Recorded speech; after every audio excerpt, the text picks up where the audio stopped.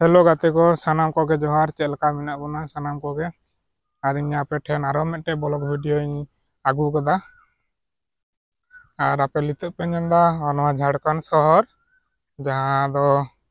इन नवा शहर खना के बाहरे बिल्डिंग जहां बिल्डिंग रे ले थाना ओंडे खना के बाहरे ओंडो होई कना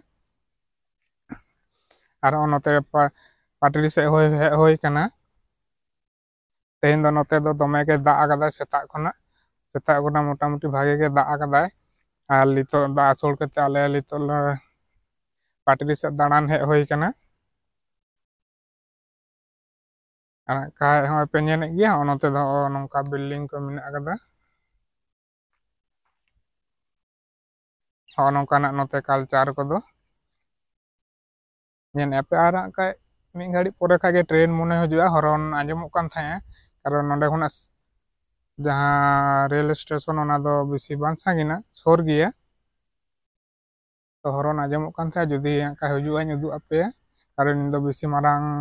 ब्लॉग दो बनी बनाया ओई 12 मिनट पे मिनट ना ब्लॉग बना हुआ मारांग दो कोनो आरी बना हुआ तो नवा नवा बना हुआ सानाम कोगे जुदी बन कुसिया सब्सक्राइब शेयर ताबन पे कारण चिदा से ला परे सपोर्टिंग पे और onka ge nawa nawa blog video जेमन अपलोड दाड़े मा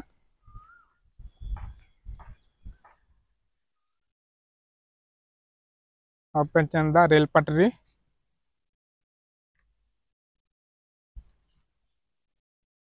अरे ना दो बाय सेतोंग थाय लितो दो सेतोंग गियाय ना दो रिमी रिमी ले थाय लितो दो बेड़ा नि नामक कनाय